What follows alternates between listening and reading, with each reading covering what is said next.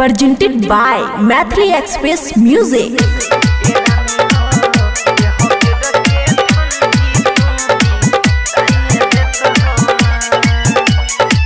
खुशी recording studio Baluaha. आदे झूठहू के बात में छोटू झराइल बात कोनो छकिले मुहावा फुलाई हे बोलबो तब ना।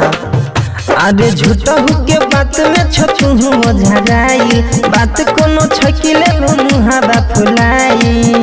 आदे आबै छै सजदिया झूठहू के नई हर जइब हो तू ए रानी हो ए हबेर के ठंडी तू बीताइए देत हो ना ए रानी हो ए हबेर के ठंडी तू बीताइए देत हो ना। डीजे सुमित सतीश रैना।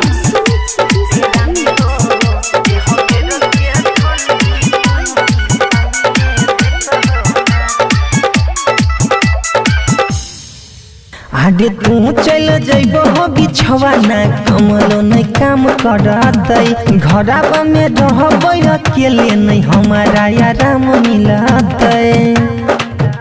आदे तू चल जइब हो बिछवाना कमलो नहीं काम करतै घरवा में रहबै अकेले नहीं हमारा आराम मिलतै। बात हमर तनियो ये धान मानिए लेत हो ना ए रानी हो ये हबेर के ठंडी तू बीताइए देत हो ना ए रानी हो ये हबेर के ठंडी तू बीताइए देत हो ना।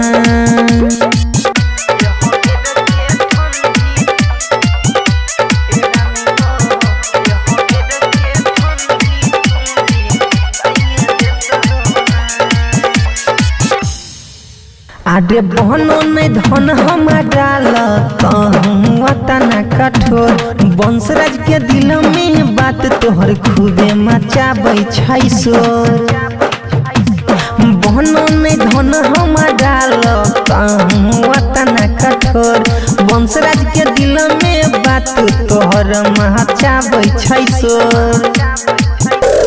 बात माना प्यारी की जइब ससुरारी छोड़ के तू ए रानी हो ए हबेर के ठंडी तू बीताइए देत हो ना ए रानी हो ए हबेर के ठंडी तू बीताइए देत हो ना।